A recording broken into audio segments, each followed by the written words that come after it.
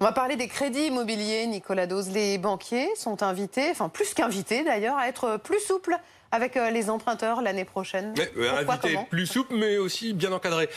On pourra emprunter plus, parce que le taux d'effort, le taux maximal d'endettement en fait par rapport aux revenus, c'était 33% cette année. Si ça passe à 35% maximum l'an prochain, un ménage à 3 000 euros par exemple peut emprunter sur 25 ans 15 000 euros de plus avec ces nouvelles conditions. Et puis on pourra emprunter plus longtemps. C'était 25 ans en théorie cette année maximum, et là on va aller à 27 ans. Ce sont deux recommandations qui ont été prises hier par le Haut Conseil de la stabilité financière, qui réunit les principales autorités financières de l'État, présidées par Bruno Le Maire.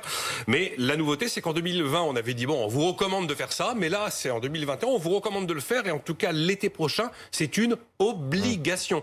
Pas plus de 35% pour les montants et pas de remboursement, et pas plus de 27 ans pour la durée des prêts. Nicolas, qu'est-ce qui a motivé ces assouplissements? Ils sont très limités, hein. C'est super encadré, puis c'est obligatoire l'été prochain.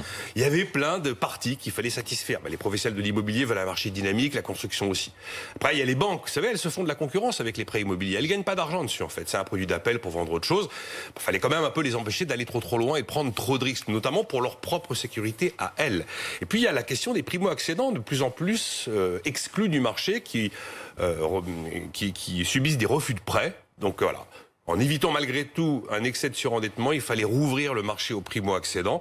Donc assouplissement quand même très limité, parce que c'est vrai que 2021, c'est pas une année comme les autres. C'est une année où le chômage va augmenter, on le sait, où les faillites vont augmenter, on le sait, et où donc les défauts de remboursement et les difficultés à rembourser vont s'accentuer. Bon, du coup, est-ce que c'est vraiment une bonne nouvelle, cette histoire d'assouplissement des crédits immobiliers? Compte tenu des limites qui ont été fixées et qui sont donc obligatoires, on va dire que c'est plutôt à peu près équilibré. Évidemment, les professionnels de l'immobilier sont ravis. Les banques vont continuer à pouvoir se faire de la concurrence avec ces produits, mais sans non plus dépasser les limites. Et puis c'est vrai que les primo-accédants qui se voyaient refuser leurs prêts ont peut-être une chance supplémentaire d'accéder. Enfin, c'est sans doute une raison très politique qui a présidé à cette décision. Les prix sont trop chers dans des quantités de villes de France. Et on n'a jamais réussi à avoir une politique du logement efficace. Donc évidemment, en assouplissant un peu les conditions de crédit, ça permet à ces fameux primo-accédants de ne pas être exclus du marché. Puis le BTP, c'est un peu essentiel aussi à l'activité économique. Donc de la même manière, c'est du carburant pour la construction. Et là, on est sur deux motivations très politiques qui, selon moi, ont davantage présidé aux décisions d'hier.